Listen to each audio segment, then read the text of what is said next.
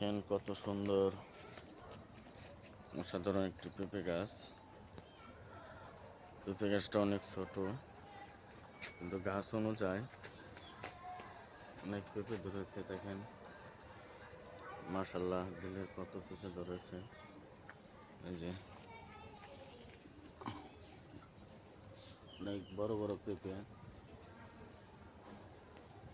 অনেক সুন্দর লাগছে দেখতে পেঁপেটা। গাছটা আপনার 4 ফিট গাছ, 4 ফিট গাছ। গাছটা অনেক মোটা, হাইব্রিড জাতের পেঁপে। পেঁপেগুলা আপনার জালি যে আছে, বড় জালি, ওই জালির মতন বড় বড় পেঁপেগুলা ধরেছে। দেখেন কত সুন্দর পেঁপে।